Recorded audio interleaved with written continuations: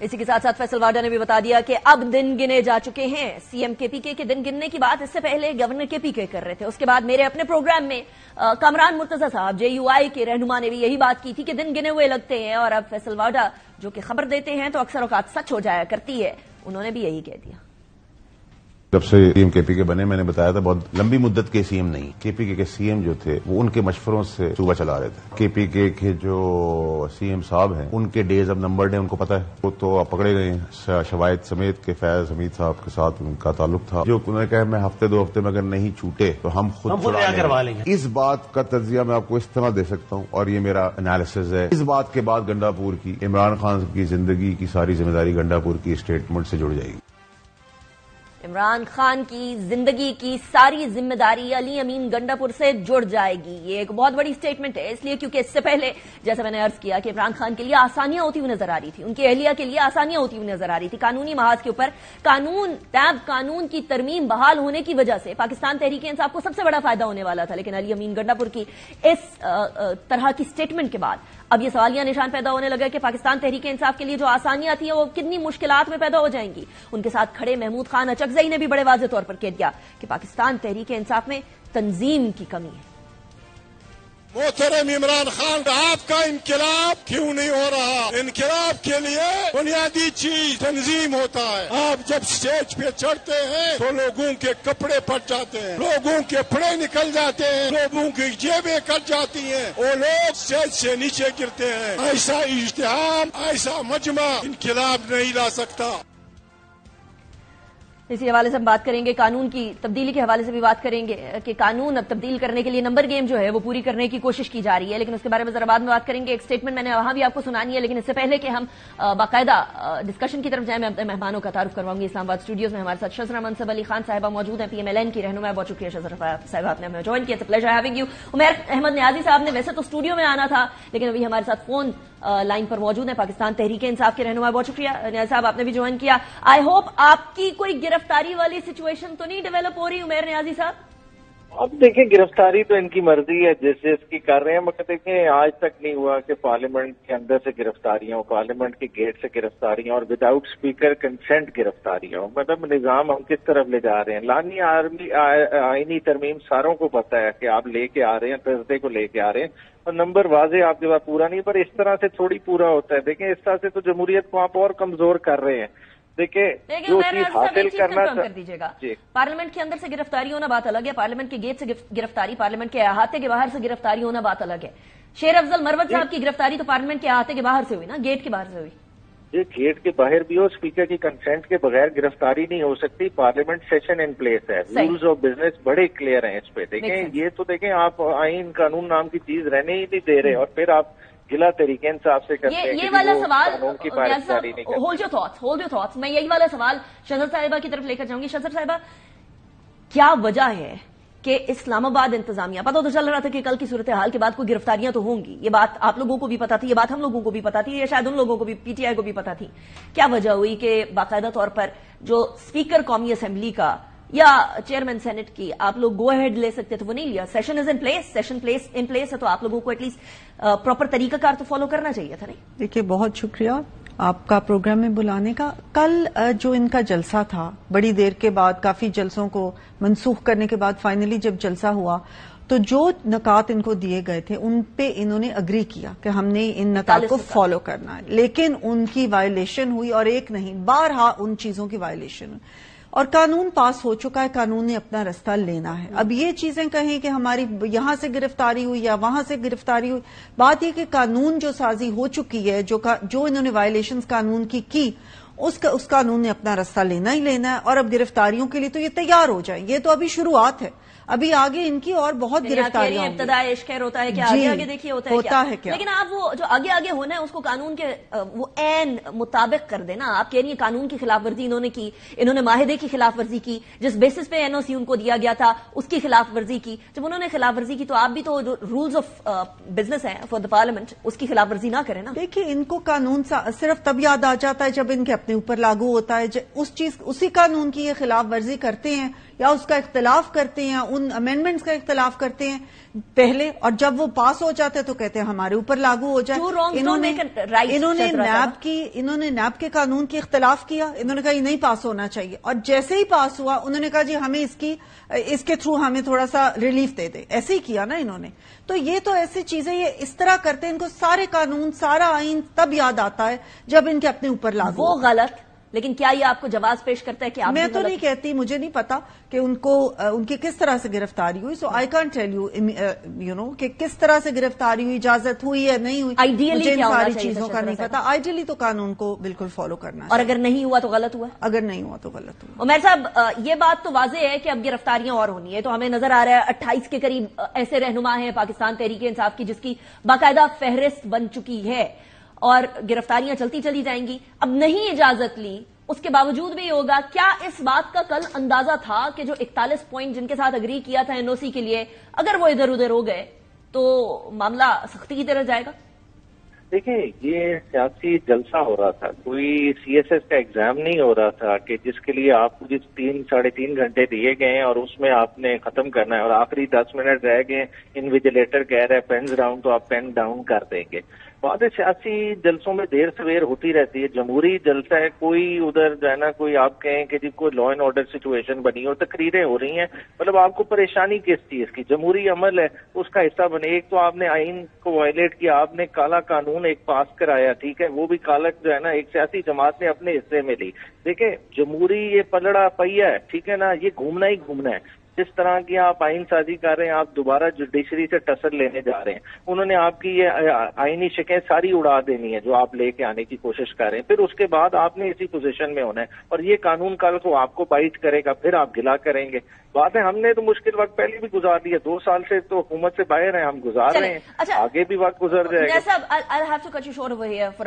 اظہر فاروق صاحب ہمارے ساتھ موجود ہے, ARY کے ڈپٹی بیورو چیف ہیں اسلام آباد کے. تھینک یو ویری مچ اظہر صاحب.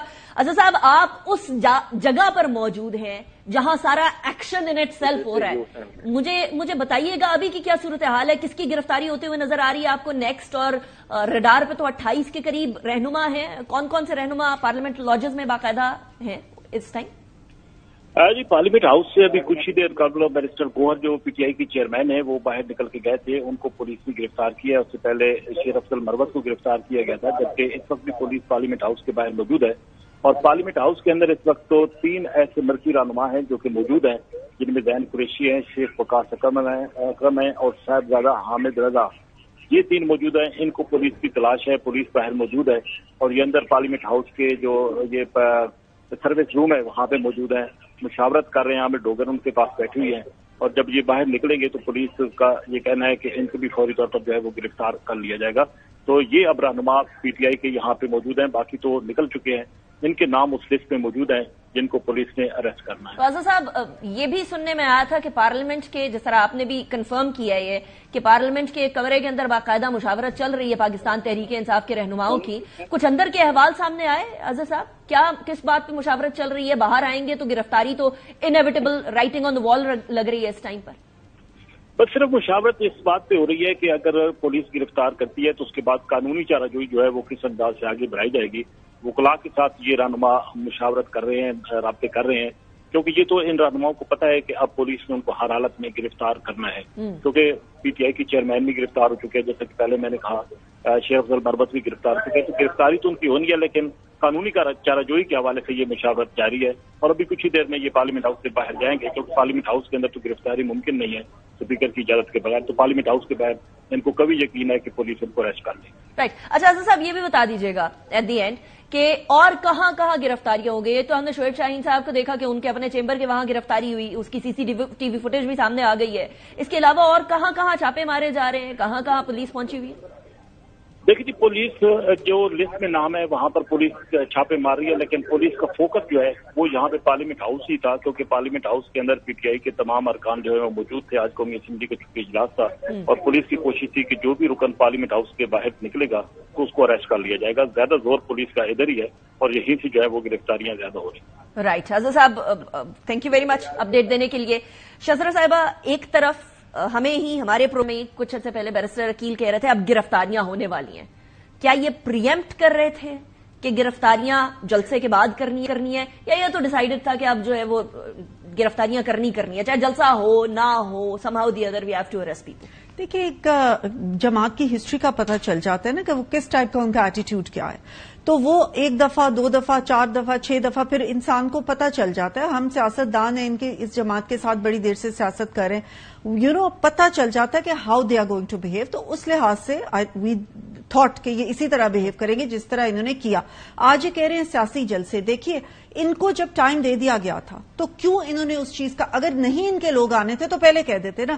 اگر ان کو یہ تھا کہ ہمارے لوگوں نے لیٹ آنا ہے تو پہلے یہ اجازت دے دیتے. کاؤنٹر کوشچن یہ ہوگا شذرا صاحبہ کہ اگر تو اتنے زیادہ راستے کے اندر رکاوٹیں نہ لگی ہوتی تو شاید لوگ ٹائم پر پہنچ جاتے. یہ لیٹ آپ کی وجہ سے ہوئے کیونکہ حکومت نے رکاوٹیں رکھ دی تھی، اسی لیے آتے آتے ٹائم لگا، راستے بھی تنگ ہو گئے تھے. That is why. آپ رکاوٹیں نہ رکھتے وہ ٹائم پر پہنچ جاتے، جلسہ ٹائم پر ختم ہو جاتا. رکاوٹوں پہ تو لوگ رکے ہی، کوئی ایسا تھا ہی نہیں، ایسے لوگ تھے ہی نہیں جو رکاوٹوں پہ بڑے تنگ ہو رہے ہوں. کوئی ایسا سلسلہ نہیں تھا کہ ہم کہیں. دس واز جسٹ کہ امن عامہ کی صورتحال کو ہم نے ظاہر ہے دیکھنا ہے، انتظامیہ نے دیکھنا ہے، لوگوں کو، جو لوگ ہیں اسلام آباد کے اور اس کے گرد و نواح کے، ان کی عام روزمرہ کی زندگی تنگ نہ ہو تاکہ ایک ڈسپلن رہے. اس لیے یہ کنٹینرز رکھے گئے تھے کہ سرٹن ایریاز میں لوگ نہ آئیں. اس کے علاوہ تو رستے کھلے تھے اور موٹر وے پہ پھنسے رہے اس لیے کیونکہ راستے موٹر وے تو کھلی تھی. میں آج خود موٹر وے پہ دوپہر کو ٹریول کر کے آئی ہوں. بالکل کوئی موٹر جی، لیکن کل بھی کھلی تھی. کل بھی میں گئی ہوں اپنے موٹر وے پہ جا کے، کہیں کوئی موٹر ویز اس طرح نہیں تھی. موٹر وے تو کھلی تھی. اگر ان کو یہ لگتا تھا کہ ہمارے، اصل میں یہ ہوا کہ ان کے لوگ آ نہیں رہے تھے. پنجاب سے کوئی نہیں آیا، آپ نے دیکھا. Nobody wanted to come from Punjab. اب یہ لوگ ان کی اصلیت کو جان چکے ہیں اور وہ یہ بھی دیکھ رہے ہیں کہ پنجاب میں اس وقت جو چیف منسٹر ہیں وہ کتنا کام کر رہی ہیں، لوگوں کی سہولیات کے لیے، عوام کی بہتری کے لیے کام کر رہی ہیں. اس چیز کا لوگ اب موازنہ کرنے لگ گئے تو لوگ آنا ہی نہیں چاہ رہے تھے. مہر نیازی صاحب، کیا آپ اس بات سے اتفاق کرتے ہیں کہ پنجاب سے تو لوگ آنا ہی نہیں چاہ رہے تھے اور لوگ آئے ہی نہیں ہیں اور سارے آئے ہیں کے پی کے سے آئے ہیں؟ مجھے بات مکمل کر دیجیے گا. کے پی کے سے ساری مشینری لے کر آئے آپ لوگ. یہ دعویٰ حکومت کی طرف سے کنسسٹنٹلی صبح سے کیا جا رہا ہے. بات ہے، دیکھیں ایسی باتوں کا بندہ کیا جواب دے. سائنٹیفک دور ہے، پی ٹی اے کا ریکارڈ نکلوا لیں، ان ٹاورز پہ کتنی سمیں نہیں آئی ہیں اس ٹائم پیریڈ میں. ان کے تو ہوش اڑ گئے ہیں بندے جتنے آئے ہیں. اور کبھی ہوا ہے کہ جلسہ گاہ کے لیے مین شاہراہیں بند کر دی جائیں، جی ٹی روڈ بند کر دی؟ کیا یہ ایلیٹ کا جلسہ تھا کہ آپ نے کوئی موٹر سائیکل والا آنا تھا کہ آپ نے انشور کیا جس نے اٹک سے بھی آنا ہے وہ اسے جی ٹی روڈ سے 15 منٹ لگے وہ سیدھا سنگجانی پہنچ سکا ہے؟ نہیں، آپ نے انشور کیا نہیں، وہ موٹر وے سے گھوم کے آئے. اور پھر سارے جگہوں پہ آپ نے باٹل نیکس کریٹ کیے. پھر بھی لوگوں نے بھرپور تعداد میں پارٹیسپیٹ کیا اور اتنی تعداد میں پارٹیسپیٹ کیا جس کا پینک، جس کا ریئیکشن آج نظر آتا ہے. دیکھیں دیکھیں یہ سائنٹیفک دور ہے. آپ وہ ڈیٹا نکال لیں. دیکھیں انہوں نے تو بچگانہ باتیں کرنی ہے. جس طرح انہوں نے اپنے ڈبے بھرے ہیں، فارم 47 کے ذریعے آئے ہیں، ووٹر بیس کے تو حالات ان کے یہ ہیں. بات ہے ہم نہیں کرتے دعویٰ، یہی ایک ہفتے میں اس سے آدھا بھی جلسہ کر کے دکھا دیں میں انہیں مان جاؤں. بات ہے یہ اپنے حلقوں میں جانے کے قابل نہیں ہے، منہ دکھانے کے قابل نہیں ہے. یہ باتیں کر رہے ہیں کہ جی جلسے لوگ ری موبلائز ہوا پنجاب سے. پنجاب میں آپ کی کارکردگی کیا ہے؟ لوگ خودکشیاں کر رہے ہیں. آپ کا اس وقت آئی ایم ایف نے سوال آپ سے اٹھا دیے ہیں. We are deviating from the topic IMF اور باقی ساری چیزیں تو فار انادر ڈے، لیکن فی الحال I want to stay on the jalsa. یہ بات تو معلوم تھی کہ یہ ہونا ہے. کنٹینرز فری تو آپ کو اسلام آباد نہیں ملنا تھا نا نیاز صاحب. کیا آپ لوگ توقع کر رہے تھے کہ کنٹینر کے بغیر آپ کو کھلی راستے ملیں گے؟ یہ تو نہیں ہونا تھا. دیکھیں انہوں نے تو جلسہ ہی نہیں کرنے دینا تھا. جلسہ جس طرح سے ہوا ہے وہ بھی دیکھیں ساری دنیا نے دیکھا ہے کہ جس طرح سے رکاوٹیں ڈالی گئی، جس طرح سے عمران خان کی منتیں کی گئیں، سارے معاملات سب کے سامنے. یہ ڈھکی چھپی باتیں نہیں ہیں. بات ہے یہ اپنے دن گنے، ٹھیک ہے، اور جو یہ جمہوریت کو نقصان پہنچا رہے ہیں آج کا دن تاریخ کا سیاہ دن آئے گا اور ان لوگوں کے سر یہ جائے گا کہ یہ اقدار یہ آج تک کسی پارلیمنٹ میں نہیں ہوا جو یہ پریسیڈنٹ سیٹ کر رہے ہیں، جو یہ اس ملک میں قانون سازی کر رہے ہیں. دیکھیں بات ہے آپ نے اگر کہنا ہے اس ملک میں جمہوریت نہیں ہے، آپ چھوڑ دیں. ایک اقتدار کے لیے آپ اتنا نقصان جمہوریت کو دیں گے؟ دیکھیں آپ نے پہلے بھی یہی کیا. آپ کے جو ہے نا بیان کو، ممبئی اٹیک والے بیان کو انڈیا نے یوز کیا کلبھوشن کی